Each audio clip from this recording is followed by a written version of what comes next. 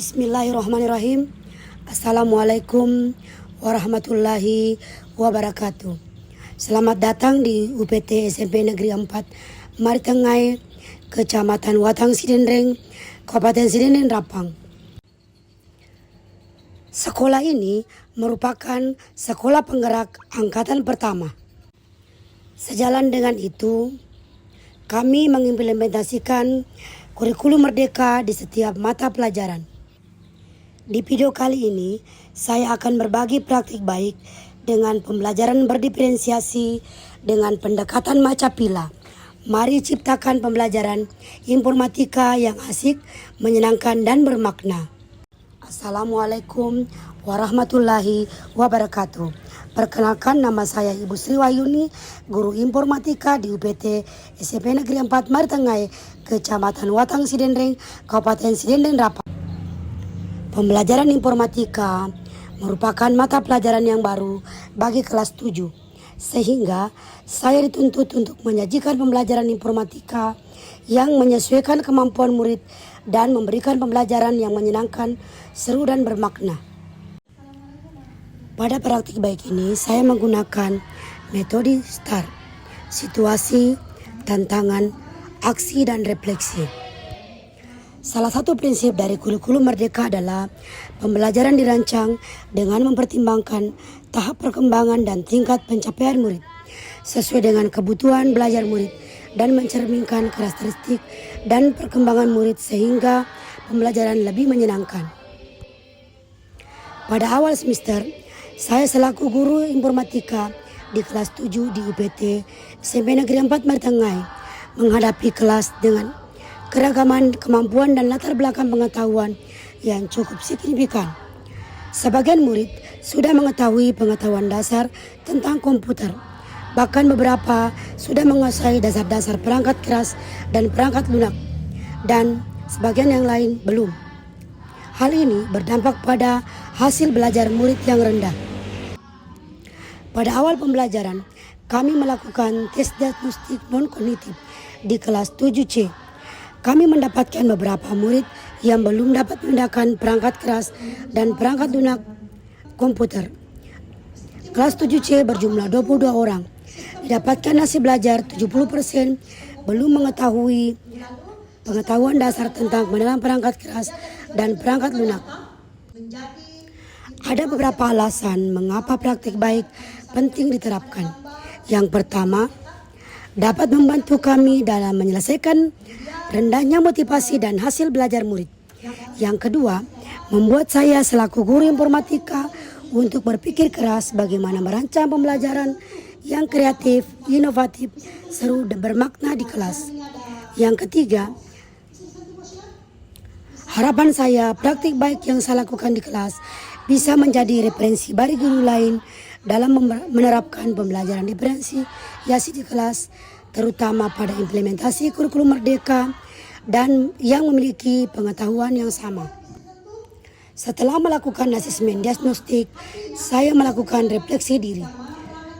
Beberapa tantangan yang saya hadapi adalah kurangnya motivasi belajar murid, variasi latar belakang pengetahuan. Sebagian murid mengetahui memiliki pengetahuan dasar yang kuat, sementara yang lain hampir belum mengenal komputer. Yang kedua, perbedaan gaya belajar. Ada murid yang lebih memahami konsep melalui visual, ada yang lebih cepat menangkap penjelasan teoritis, dan ada yang suka pendekatan praktek langsung. Yang keempat, waktu dan keterbatasan sumber daya. Durasi pembelajaran yang terbatas dan keterbatasan jumlah perangkat membuat saya harus kreatif dalam mengelola kegiatan kelas agar murid bisa belajar secara optimal. Dari beberapa permasalahan tadi, saya menyimpulkan bahwa tantangan yang saya hadapi dapat diatasi dengan pertama, memiliki model dan pendekatan pembelajaran yang tepat dan sesuai dengan kebutuhan murid. Yang kedua, melibatkan murid dalam pembelajaran. Yang kedua, selanjutnya, menggunakan media belajar yang tepat dan inovatif. Yang ketiga, menyediakan berbagai sumber belajar. Yang keempat, meningkatkan hasil murid dalam penugasan proyek yang beragam. Untuk mengatasi tantangan yang saya hadapi, Saya berpikir untuk menerapkan pendekatan Macapila dengan menyusun strategi pembelajaran yang dapat mengakomodasi kebutuhan belajar murid. Saya melakukan aksi berupa pembelajaran berdiferensiasi dengan 3 pembagian. Yang pertama, diferensiasi proses, yaitu merencanakan pembelajaran melalui asesmen awal, tes diagnostik, yang bertujuan untuk mengukur kemampuan awal murid. Yang kedua, menganalisis kebutuhan murid. Saya memberikan tugas proyek berdasarkan tingkat pengetahuan murid. Diferensiasi konten. Saya menyediakan berbagai sumber belajar yang dapat diakses seperti buku, video, dan website sesuai dengan tingkat pengetahuan murid. Kedalaman materi. Materi yang akan dipelajari disesuaikan dengan kemampuan murid.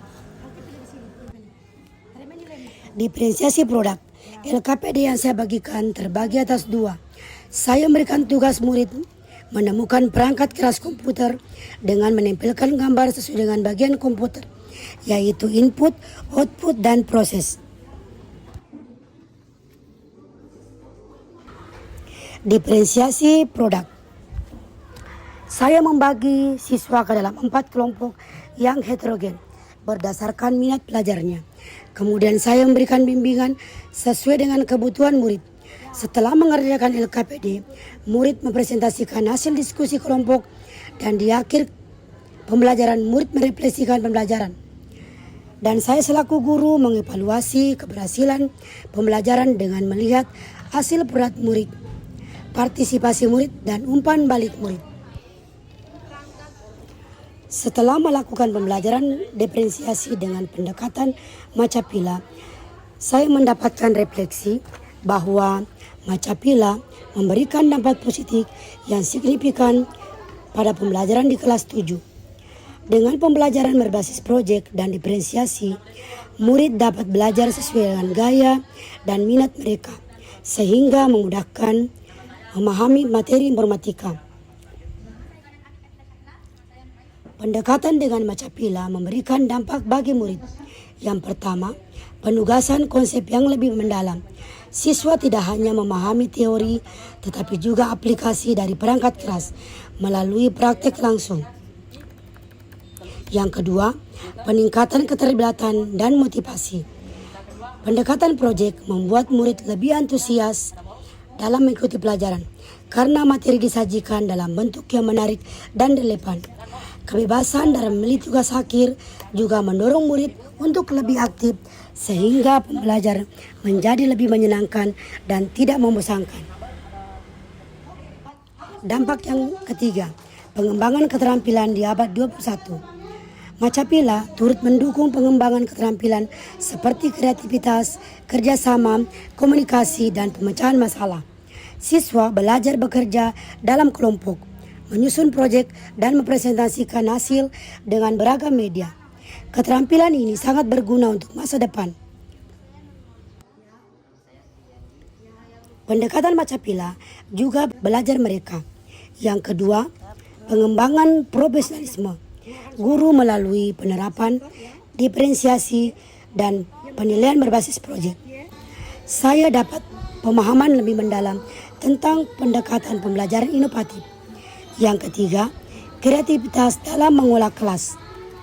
Dengan keterbatasan waktu dan fasilitas, saya dituntut untuk kreatif dan menyusun rencana dan pemanfaatan sumber daya yang ada.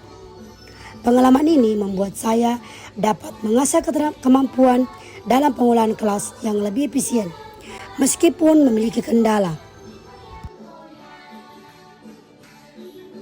Demikian video kami hari ini, dengan harapan bahwa berbagi praktik baik Macapila dapat diadopsi oleh sekolah lain. Jika mengajar adalah profesi, jadikan itu hobi. Jika mengajar menjadi panggilan jiwa, maka setiap kata yang diucapkan akan menyentuh hati dan pikiran siswa. Sekian dari saya. Assalamualaikum warahmatullahi wabarakatuh. Jika mengajar adalah profesi, jadikan itu hobi. Jika mengajar menjadi panggilan jiwa, maka setiap kata yang diucapkan akan menyentuh hati dan pikiran siswa. Sekian dari saya. Assalamualaikum warahmatullahi wabarakatuh. Demikian video kami hari ini, dengan harapan bahwa berbagi praktik baik Macapila dapat diadopsi oleh sekolah lain.